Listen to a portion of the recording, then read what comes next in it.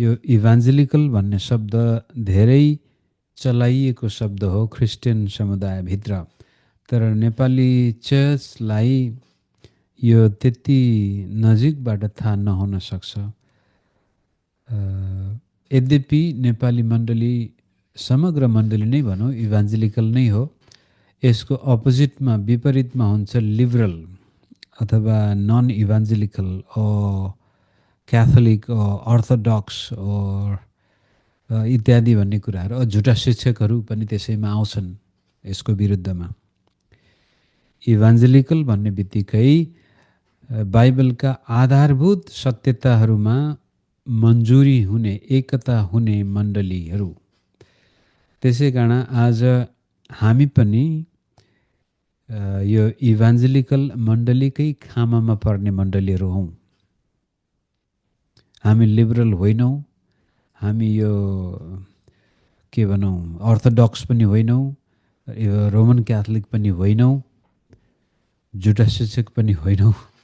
कसैले हामीलाई झुटा भने तापनि हामी होइनौँ भनेर विश्वास गर्छौँ। त्यसकारण इभान्जेलिकल विश्वासीहरू बीच सहमति भएका आधारभूत सिद्धान्तहरू अथवा विश्वासका आधारभूत सत्यहरू के हुन्, अथवा कस्तो कस्तो मण्डलीसँग हामी आफ्नो नजिकको सम्बन्ध कायम गर्न सक्छौँ, कस्तो कस्तो मण्डलीसँग हाम्रो सम्झौता हुन सक्छ भनेर बुझ्नु आवश्यक लाग्यो हामीलाई।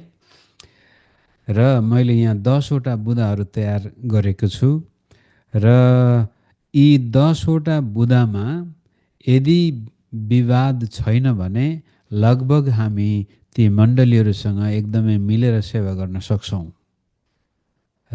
त्यसैलाई भनिन्छ इभान्जेलिकल विश्वासका आधारहरू, फन्डामेन्टल्स अफ फेथ, जसले यी मण्डलीहरूलाई एउटै खामामा उभिएर सेवा गर्न मद्दत गर्दछ। पहिलो नम्बरमा, यदि हामी झुटा शिक्षक होइनौँ, लिबरल होइनौँ, रोमन क्याथोलिक होइनौँ, अर्थोडक्सको त्यो मूर्ति पूजा गर्ने खालका व्यक्तिहरू होइनौँ भने हाम्रो पहिलो के भन्छ सहमतिको बुँदा हो बाइबलको सर्वोच्चता। जसै रोमन क्याथोलिकले बाइबलको सर्वोच्चताका सँगसँगै परम्परालाई पनि बराबर अधिकार दिन्छन्। यो अर्थोडक्स के भन्छ, नेपालमा अर्थोडक्स चर्चलाई के भन्नुहुन्छ, यो बिलिभर्स चर्च भन्ने हो क्या हो। पहिला हाम्रो बिशप नारायण शर्मा हुनुहुन्थ्यो, बिलिभर्स चर्च कि के हो, इस्टर्न अर्थोडक्स चर्च भन्छ अहिले आएर। उनीहरूले बाइबललाई पनि, बाइबल र परम्परालाई बराबर अधिकार दिन्छन्, अर्थात् बाइबल र पोपको अधिकार बराबर छ भन्ने मण्डलीहरूसँग हाम्रो सहमति हुँदैन। त इभान्जेलिकल मण्डली भन्ने बित्तिकै त्यो मण्डली हो जसले बाइबललाई मात्रै पहिलो विश्वासको आधार मान्दछ। हामी पढ्दै जाउँ। इभान्जेलिकलहरू विश्वास गर्छन् कि बाइबल परमेश्वरको प्रेरित वचन हो र विश्वास तथा जीवनको अन्तिम अधिकार हो। बाइबल परमेश्वरद्वारा प्रेरित छ, यो सत्य र विश्वास योग्य छ। शिक्षा र उद्धारको आधार बाइबल हुनुपर्छ। र यसको मुख्य दुईटा खण्ड त्यहाँ छन्। पहिलो तिमोथी 3:16-17 र भजन सङ्ग्रह 119:105। त्यहाँबाट हामीले के भन्छौँ भने मुक्ति कसरी पाइने हो, स्वर्ग र नरकको बारेमा, मानिसको बारेमा, सेवाको बारेमा, चर्चको बारेमा, संसारमा भएका यावत थोक जीवन, यी सबै कुराहरूको बारेमा अन्तिम अधिकार, अन्तिम निर्णय गर्ने अधिकार कसको हातमा छ भन्दाखेरि बाइबलमा छ। यदि बाइबलले कुनै कुरोलाई अनुमति दिएको छ भने त्यो हामी स्वीकार गर्छौँ, तर बाइबलले त्यसलाई अनुमति दिँदैन भने हामी त्यसलाई स्वीकार गर्न सक्दैनौँ। तर यो बाइबलभन्दा अर्को अधिकार मान्नेहरू, जस्तै लिबरल चर्च भनेपछि यो कस्तो खालको चर्च भन्नुहुन्छ भने जसले मानवीय तर्कलाई पनि त्यस्तै प्रकारको अधिकार दिन्छ, रिजन एन्ड रेभलेसन बराबर बनाइदिन्छ भने रोमन क्याथोलिक र अर्थोडक्स चर्चले चाहिँ पोपलाई अथवा बिशपलाई पनि त्यो अधिकार, परम्परालाई पनि त्यो अधिकार दिन्छ। जसै अहिले तपाईँ देख्नुहुन्छ यो बिलिभर चर्चमा पूजापाठ गर्ने, क्रुसको सामनेमा गएर ढोग्ने अनि धुप बालेर त्यो धुवाँले भर्ने, यी सबै कुराहरू कहाँबाट आयो? बाइबलमा त त्यो हामी देख्दैनौँ भने परम्परा। अनि त्यो परम्परा पनि कहाँबाट आयो भनेर भन्दाखेरि उनीहरूले पुरानो नियममा त्यो लेवीहरूको परम्परालाई पनि अपनाउन चाहन्छन्। तर इभान्जेलिकल चर्च भन्ने बित्तिकै त्यो मण्डली जसले बाइबललाई सर्वोच्च अधिकार, बाइबल मात्रै अन्तिम निर्णायक शक्ति हो, मानिस त्यसको निर्णायक होइन। त्यसपछि अर्को सहमतिको बुँदा दोस्रो नम्बरमा आउँछ, हामी त्रिएक परमेश्वरमाथि विश्वास गर्छौँ। एक परमेश्वर, तर पिता, पुत्र र पवित्र आत्मामा प्रकाशित परमेश्वर। त्यसकारण परमेश्वर एक हुनुहुन्छ, तर उहाँ तीन व्यक्तिमा अनन्तकालदेखि अस्तित्वमा हुनुहुन्छ। पिता, पुत्र, पवित्र आत्मा तीनै पूर्ण रूपमा परमेश्वर हुनुहुन्छ, तर व्यक्तित्वमा भिन्न हुनुहुन्छ। व्यक्तिमा भिन्नता छ, तर अस्तित्वमा एउटै। पिता बिना पुत्र परमेश्वर हुन सक्दैन, पुत्र बिना पिता परमेश्वर हुन सक्दैन, पवित्र आत्मा बिना पुत्र परमेश्वर हुन सक्दैन, पुत्र बिना पवित्र आत्मा परमेश्वर हुन सक्दैन। त्यहाँ बडो गजबको एकता छ। त इभान्जेलिकल चर्चको विश्वास त्यसकारण हामी एक परमेश्वरमाथि विश्वास गर्दछौँ, जो बाइबलमा पिता, पुत्र र पवित्र आत्माद्वारा प्रकाशित हुनुहुन्छ। किनभने त्यहाँ अर्को पनि एउटा चर्च समुदाय छ जसले त्रिएक परमेश्वरलाई एक परमेश्वरलाई विश्वास गर्छ, तर उसले के भन्छ भने पिता, पुत्र, पवित्र आत्मा देखिए पनि त्यहाँनिर व्यक्तित्वमा पनि विभाजन छैन। पुरानो नियममा पिता, नयाँ नियममा पुत्र, अहिले पवित्र आत्मा। त्यही पुरानो नियमको पिता, नयाँ नियममा पुत्र, अहिले पवित्र आत्मा। त्यसकारण त्यसमा भिन्नता छैन। पिता, पुत्र, पवित्र आत्मा एउटै व्यक्तिका तीनवटा रूप हुन् भनेर भन्दछ त्यो मण्डलीले। त्यसै कारण त्यसलाई हामी सही शिक्षा भन्न सक्दैनौँ। त्यो इभान्जेलिकल चर्चमा आउन सक्दैन, त्यससँग हामी सहमत हुँदैनौँ। बाइबलले प्रकाशित गरेको परमेश्वर एक हुनुहुन्छ, तर त्यो एक परमेश्वर पिता, पुत्र, पवित्र आत्मामा प्रकाशित हुनुभएको छ।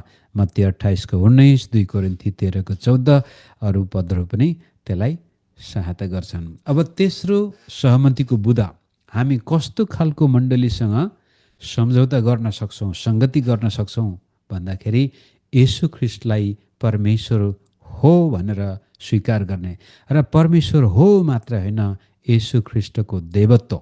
त्यहाँ येशू ख्रिस्ट पूर्ण रूपमा परमेश्वर र पूर्ण रूपमा मानिस हुनुहुन्छ। त्यो बडो गजबको रहस्य हामी विश्वास गर्छौँ। उहाँ परमेश्वर हुनुहुन्छ, उहाँ मानिस हुनुहुन्छ। त्यहाँ यस्तो पनि मण्डली छ जसले उहाँ परमेश्वर हुनुहुन्छ तर मानिस जस्तो देखिएको मात्रै हो भन्छ। कतिले भन्छ उहाँ परमेश्वरबाट सृजिएको छोटो सानो परमेश्वर हो, जेहोवाज विटनेसले त्यो भन्छ। तर इभान्जेलिकल चर्चले चाहिँ येशू ख्रिस्टको देवत्व, ईश्वरत्वमा र मनुष्यत्वमा बराबर विश्वास गर्छ। उहाँ कन्याबाट जन्मिनु भयो, पापरहित जीवन बिताउनु भयो, परमेश्वरका अनन्त पुत्र हुनुहुन्छ, उहाँ नै संसारका एकमात्र मुक्तिदाता हुनुहुन्छ भनेर यूहन्ना 1:1, यूहन्ना 1:14, कलोसी 2:9 र यस्तै अरू बाइबलका पदहरूले यसलाई स्पष्ट पार्दछन्। त कसैले आएर तपाईँलाई येशू परमेश्वर हुनुहुन्छ, मानिस होइन, अथवा येशू मानिस मात्र हो, परमेश्वर होइन भन्छ भने हामी त्यस्तो मण्डलीसँग सङ्गति गर्न सक्दैनौँ, अथवा उनीहरूसँग हामी सहमत हुन सक्दैनौँ। त्यसपछि चौथो नम्बरमा मानिसको पापी स्वभावको बारेमा इभान्जेलिकल चर्चले के विश्वास गर्छ भने सबै मानिस पापी छन् र परमेश्वरबाट अलग भएका छन्, कोही पनि धर्मी छैन। आदमको पतनद्वारा पाप संसारमा आयो, कुनै मानिसले आफ्नै असल कामद्वारा अब उद्धार पाउन सक्दैन, असम्भव। त्यसै कारण पापको ज्याला मृत्यु हो भन्नुको मतलब पापले मानिस र परमेश्वर बिचको सम्बन्धलाई मार्यो। जहाँसम्म परमेश्वरसँग सम्बन्ध राख्ने पक्ष छ, मानिस मृत्युमा गयो, मर्यो, मुर्दा सरह छ, ऊ आफै कहिले पनि अब परमेश्वरसँग सम्बन्ध कायम गर्ने अवस्थामा छैन भनेर सम्पूर्ण इभान्जेलिकल चर्चले विश्वास गर्छन्। रोमी 3:23 यी सबै दुईटै पदले त्यही भन्छन्, सबैले पाप गरेका छन् र कोही पनि धर्मी छैन। त्यो मानिसको पापी स्वभाव, सम्पूर्ण मानिस पापमा पतन भएको छ र परमेश्वरको सहायता बिना त्यो व्यक्ति अब कहिले पनि आफै परमेश्वरसँग सम्बन्ध कायम गर्न सक्ने अवस्थामा छैन। त्यसै कारण 5 नम्बरमा हामी अब आएर विश्वास गर्छौँ अथवा हामी सबै सहमत हुन्छौँ भने अनुग्रहबाट विश्वासद्वारा मात्र मानिसले मुक्ति पाउँछ। उद्धार परमेश्वरको वरदान हो जुन येशू ख्रीष्टमाथिको विश्वासद्वारा प्राप्त हुन्छ। यो असल कामद्वारा होइन। हामीले गएको हप्तामा पनि मुक्तिको बारेमा छलफल गरेका थियौँ कि कतिले चाहिँ के भन्छन् भने परमेश्वरले नै एकतर्फी उसलाई उद्धारमा ल्याउनुहुन्छ र बल्ल ऊ विश्वास गर्न सक्छ। अर्कोतर्फले भन्छ होइन, परमेश्वरले अनुग्रह गर्नुहुन्छ र मानिसले जब परमेश्वरको अनुग्रहलाई स्वीकार गर्छ, विश्वास गर्छ, त्यति बेलामा उसको नयाँ गरी जन्म हुन्छ विश्वासद्वारा।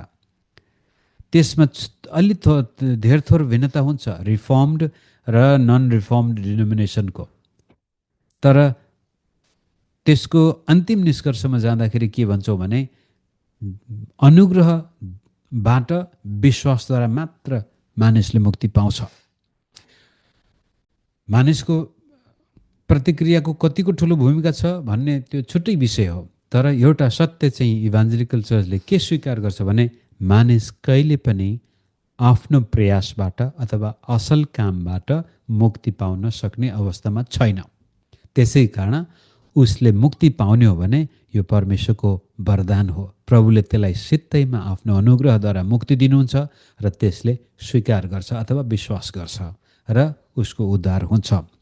एफिसी 2:8-9 पद, 1 यूहन्ना 14:6 पद। त्यसपछि त्यो अनुग्रहको आधार के त भन्दाखेरि येशू ख्रीष्टको मृत्यु र पुनरुत्थान। त्यो अनुग्रह कहाँ प्रमाणित भयो त भन्ने प्रश्नको जवाबमा हामी भन्छौँ त्यो अनुग्रह परमेश्वरले ख्रीष्ट येशूमा प्रमाणित गर्नुभयो।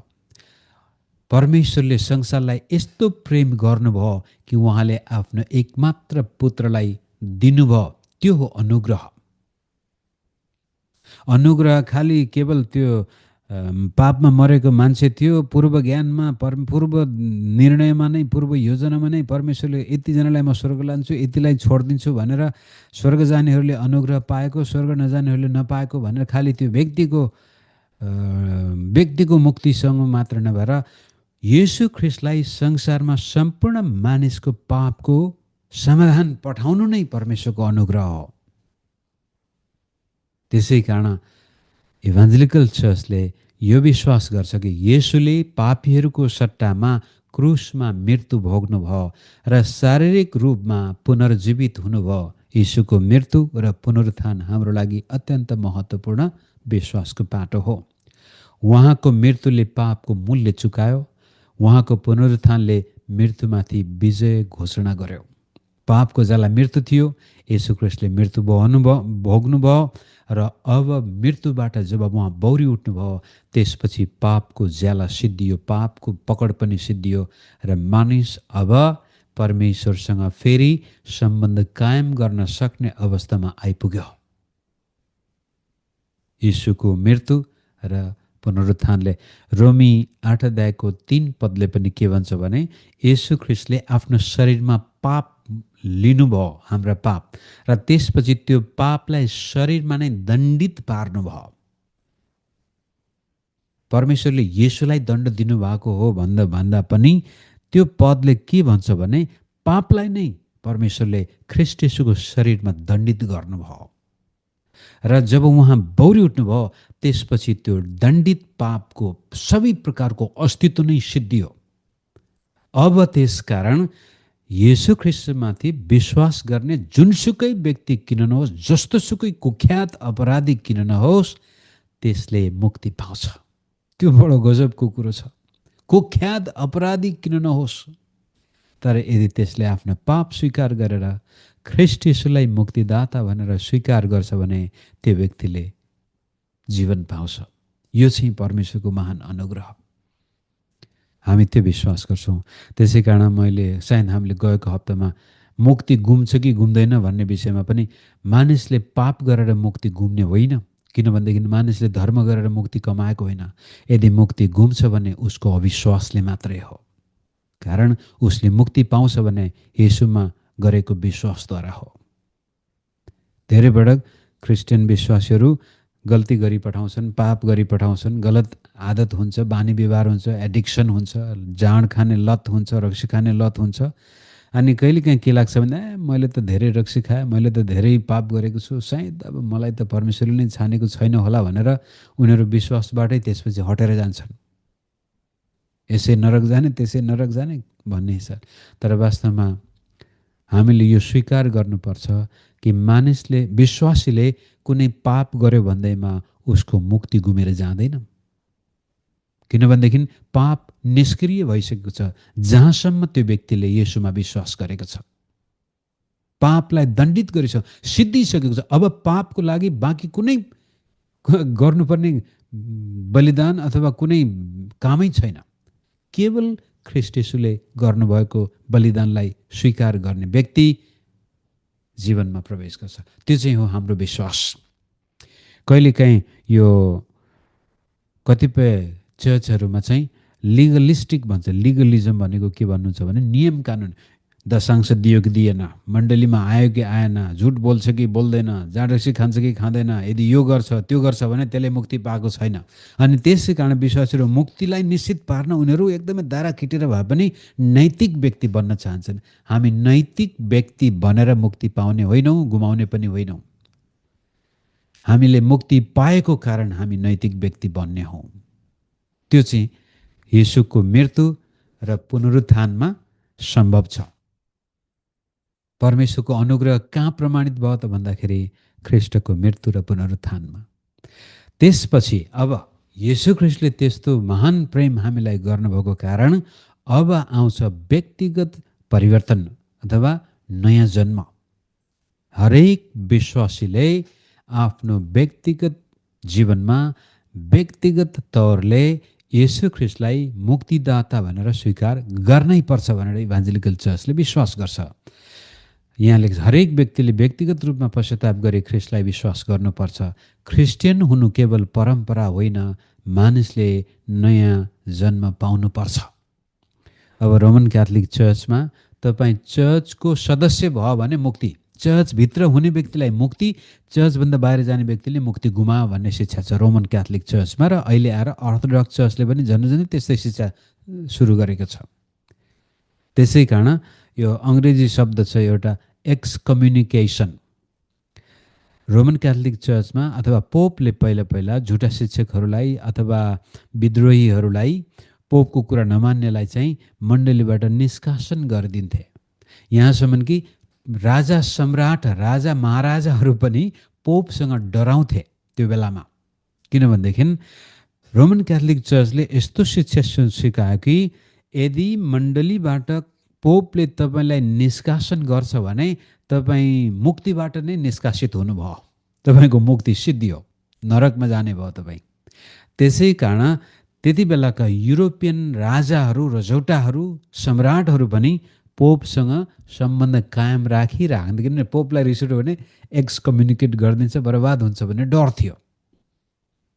तर इभान्जेलिकल चर्चले के विश्वास गर्छ भने होइन, जबसम्म कुनै व्यक्तिले व्यक्तिगत जीवनमा नयाँ गरी जन्म पाएको छैन त्यसलाई कसैले स्वर्ग पनि लान सक्दैन, कसैले त्यसलाई नरकमा पनि हाल्न सक्दैन। उसको व्यक्तिगत विश्वासले निर्णय गर्छ। त्यसै कारण हामी सुसमाचार सुनाउँछौँ, हरेक व्यक्तिलाई मौका मिलोस् ताकि उसले आफ्ना पापबाट पश्चाताप गर्न सकोस्। 8औं नम्बरमा हरेक इभान्जेलिकल चर्चले सहमतिको एउटा बुँदा के छ भने हामी पवित्र आत्माको कार्यमा पनि विश्वास गर्छौँ। पवित्र आत्मा विश्वासीहरूभित्र बास गर्नुहुन्छ र जीवन परिवर्तन गर्नुहुन्छ।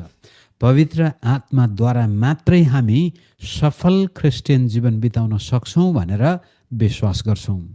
पवित्र आत्माले नै हामीलाई हाम्रा पापको बोध गराउनुहुन्छ। हामीलाई म पापी हुँ भन्ने कुरा उहाँले नै प्रकाशित पारिदिनुहुन्छ। जति धेरै नजिक हामी पवित्र आत्मासँग सङ्गति गर्दछौँ त्यति धेरै हामी भित्र भएका यी काला दागहरू देख्दछौँ। त्यो काम पवित्र आत्माको हो। र त्यसपछि त्यो पापलाई खालि देखाउने मात्र होइन, त्यसपछि त्यो पापबाट पश्चाताप गरेर ख्रीष्ट येशूले गर्नुभएको बलिदानमा विश्वास गरेर परमेश्वरसँग घनिष्ठ सम्बन्ध कायम राख्नको लागि मद्दत गर्ने पनि पवित्र आत्मा नै हुनुहुन्छ। र हामी दिनदिनै त्यसपछि परमेश्वरको नजिक नजिक पवित्रता कायम गर्न सक्छौँ। अब यसमा हाम्रो मण्डलीले अर्को पनि के विश्वास गर्छ भनेदेखि प्रत्येक विश्वासीहरू पवित्र आत्माले भरिनुपर्छ अथवा पवित्र आत्माको बप्तिस्माको अनुभव हुनुपर्छ। किनभनेदेखि हामीले नयाँ नियममा यो पनि देख्छौँ कि पवित्र आत्मा एकदमै त्यो इन्भिजिबल के भन्छ अदृश्य र त्यसपछि अनुभव बिना नै मैले पाएको हुँ भनेर चित्त बुझाउनु भन्दा पनि हाम्रो जसरी ख्रीष्ट येशूलाई हामीले व्यक्तिगत रूपले मुक्तिदाता भने स्वीकार गर्नुपर्छ, त्यस्तै किसिमले पवित्र आत्माको भरपुरीलाई पनि हामीले व्यक्तिगत जीवनमा अनुभव गर्नुपर्छ भनेर क्यारिस्मेटिक र पेन्टेकोस्टल चर्चले विश्वास गर्छ। तर ओभरअल इभान्जेलिकल चर्चले के भन्छ भने कसैले व्यक्तिगत रूपले पवित्र आत्माको बप्तिस्माको अनुभव गरेको छैन भने पनि यसको मतलब यो होइन कि उसमा पवित्र आत्मा छैन। किनभनेदेखि हामी हरेक जसले ख्रीष्टलाई विश्वास गरेका छौँ, जो हरेक नयाँ गरी जन्मेको छ, ऊ पवित्र आत्माको मन्दिर हो। किनभने बाइबलले त्यो बडो स्पष्टसँग भनेको छ, जुन दिन तपाईँले ख्रीष्ट येशूलाई विश्वास गर्नुभयो त्यो दिन तपाईँले नयाँ गरी जन्म लिनुभयो र स्वयं पवित्र आत्मा त्यसपछि तपाईँभित्र आउनुभयो, तपाईँभित्र बास बस्नुहुन्छ। तर पेन्टेकोस्टल र क्यारिस्मेटिक चर्चले अथवा पवित्र आत्माका दान वरदान आज पनि कार्यरत छन् भन्ने मण्डलीले के भन्छ भनेदेखि हो, हामीभित्र पवित्र आत्माको उपस्थिति छ, हामीले मुक्ति पायौँ, तर त्यो भित्रको मुक्ति चाहिँ अब हाम्रो बाह्य अनुभव पनि हुनुपर्छ। त्यसलाई चाहिँ पवित्र आत्माको बप्तिस्मा, अन्य भाषा, अगमबाणीका कुराहरू पनि त्यसमा आउँदछन्। तर त्यो चाहिँ सामान्य भिन्नता हो। जसै हामीले माथि मुक्तिको विषयमा कुरा गर्दाखेरि क्याल्भिनिस्टहरूले के भन्छन् भने तपाईँले विश्वास गर्नुभन्दा पहिल्यै परमेश्वरले तपाईँलाई मुक्ति दिनुभयो र बल्ल तपाईँले विश्वास गर्नुभयो। तर हामीहरू के भन्छौँ, होइन, परमेश्वरले हामीलाई अनुग्रह यस्तो अनुग्रह गर्नुभयो कि हामीलाई मुक्तिको सन्देश सुन्न सक्ने बनाउनु भयो, त्यसलाई स्वीकार गर्न सक्ने बनाउनु भयो। तर हाम्रो इच्छालाई परमेश्वरले नकार्नु भएन। हामीले चाहेको खण्डमा उहाँको अनुग्रहलाई नकार्न पनि सक्छौँ, अविश्वास गर्न सक्छौँ, तिरस्कार गर्न सक्छौँ। र यदि विश्वास गऱ्यौँ भनेदेखि बल्ल उहाँले हामीलाई नयाँ गरी जन्माउनुहुन्छ। त्यस्तै किसिमले सामान्य भिन्नता यहाँ पनि छ। पवित्र आत्मा हामीभित्र बास गर्नुहुन्छ त सबैले विश्वास गर्छौँ, तर के तपाईँसँग त्यसको व्यक्तिगत अनुभव छ या छैन, त्यो अर्को एउटा सामान्य भिन्नता इभान्जेलिकल चर्चभित्र छ। अब मण्डलीको बारेमा हामीले के विश्वास गर्छौँ भने सबै विश्वासीहरू ख्रीष्टको शरीर अर्थात् मण्डली हुन्। परमेश्वरको मण्डली विश्वव्यापी छ र यो ख्रीष्टको शरीर हो। र त्यो मण्डली त्यसकारण भवन होइन, बिल्डिङ होइन, भौतिक संरचनाहरू होइनन्। मण्डली भनेको विश्वासीहरू मिलेर बनेको समुदाय, जहाँ हामी आराधना गर्छौँ, सङ्गति गर्छौँ, जहाँ चेलापन तालिम लिन्छौँ, जहाँ सुसमाचार प्रचार गरिन्छ। यी नै मण्डलीका मुख्य उद्देश्यहरू हुन्। र विशेष गरी ख्रीष्ट येशूले हामीलाई यस संसारमा राख्नुको मुख्य उद्देश्य सुसमाचार प्रचार। अनि इभान्जेलिकल चर्चको मुख्य मर्म नै सुसमाचार प्रचार हो। किनभने हरेक मानिसले सुसमाचार सुन्नु छ र त्यो काम, त्यो जिम्मा मण्डलीको हो। मण्डली को हो? विश्वासीको समुदाय। विश्वव्यापी मण्डली पनि छ, त्यसपछि लोकल चर्च के भन्छ स्थानीय मण्डली पनि छ। हामी विश्वव्यापी मण्डलीको सदस्य हौँ भन्ने कुरालाई प्रमाणित गर्न हामीले स्थानीय चर्चमा त्यो व्यवहार प्रमाणित गर्नुपर्ने हुन्छ। धेरैले मलाई स्थानीय चर्च चाहिँदैन, म विश्वव्यापी मण्डलीको अङ्ग हुँ भनेर पनि घरमै सङ्गति गर्नेहरू पनि छन्। अब त्यो व्यक्तिले कुनै चर्चमा नगएर घरमै सङ्गति गर्न थाल्यो, आफ्नै छोराछोरी श्रीमतीहरू दाजुभाइहरू मिलेर घरमा सङ्गति गर्छ भने त्यही नै चर्च हुन जान्छ। पछि गएर त्यही नै स्थानीय चर्च बन्छ। कारण चर्च भन्नु नै विश्वासीहरूको समुदाय हो। अन्तिम, ख्रिस्टको दोस्रो आगमनको बारेमा पनि हामी के विश्वास गर्छौँ? सम्पूर्ण इभान्जेलिकल चर्च भने येशू ख्रिस्ट फेरि व्यक्तिगत र दृश्य रूपमा आउनुहुनेछ अथवा देखा पर्नुहुनेछ। उहाँले संसारको न्याय गर्नुहुनेछ। उहाँले आफ्नो अनन्त राज्य स्थापना गर्नुहुनेछ। अन्त्यकालका विवरणमा मतभेद भए पनि ख्रिस्ट फेरि आउनुहुनेछ भन्ने कुरामा इभान्जेलिकलहरू सहमत छन्। जसै कतिजनाले चाहिँ सुटुक्क आएर मण्डलीलाई उठाएर लैजानेछन् भन्छन्, कतिले भन्छन् होइन उहाँ एकैपटक सम्पूर्ण नयाँ सृष्टि गर्नको लागि आउनुहुनेछ भन्छन्। अलिकति त्यहाँनिर विवाद हुनसक्छ, तर एउटा तथ्य कुरा के छ भने हामी सबैले येशू ख्रिस्टको पुनरागमनमा विश्वास गर्छौँ र यो पृथ्वी नै त्यसपछि परमेश्वरको वासस्थान हुने कुरामा सबैजना अहिले आएर विश्वास गर्दछन्। अन्तिममा इभान्जेलिकलहरूका मुख्य विशेषताहरू के हुन् त भन्दाखेरि व्यक्तिगत उद्धारमा जोड। हरेक व्यक्तिले व्यक्तिगत रूपमा ख्रिस्टलाई ग्रहण गर्नुपर्छ। बाइबल केन्द्रित विश्वास। विश्वास त विश्वास, कस्तो विश्वास? बाइबल केन्द्रित विश्वास।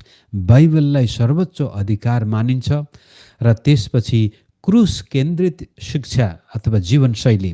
येशूको क्रुसको कार्यलाई मुख्य स्थान दिइन्छ किनभने क्रुस बिना मुक्ति छैन र त्यसैलाई अब मानिस कहाँ पुर्याउनु पर्यो त्यो सन्देश। अनि त्यसै कारण सुसमाचार प्रचार, संसारलाई सुसमाचार सुनाउने जिम्मेवारीमा बडो ठुलो जोड दिइन्छ। त्यहाँ मतभेदका कुराहरू छन्, जस्तै क्याल्भिनिजम, आर्मेनियनिजम भनेर हामीले अस्तिको हप्ता छलफल गरेका थियौँ। आत्मिक वरदानको बारेमा पनि, बप्तिस्मा पनि कोही डुबुल्की हालेर, कोही छिर्का हालेर, कोही के विभिन्न खालका बप्तिस्माहरू छन्। अन्त्यकालको सम्बन्धित दृष्टिकोण, अब अन्त्यको समयमा यसो कतिचोटि आउने, एकचोटि या दुईचोटि या तीनचोटि, मण्डलीको संरचना कस्तो र आराधना शैली के कस्तो छ, यी चाहिँ भिन्नताका कुराहरू हुन्। सामान्य मतभेद हुनसक्छ, यसले ठुलो असर पार्दैन। तर मुख्य मुक्तिको विषयमा, परमेश्वरको विषयमा, बाइबलको विषयमा, मण्डलीको विषयमा धेरै कुराहरू सहमति छन् र त्यसै मण्डलीलाई इभान्जेलिकल भनिन्छ र हामी पनि इभान्जेलिकल चर्चकै एउटा अङ्ग हौँ। हुन्छ, म आजलाई यहीँ राख्छु।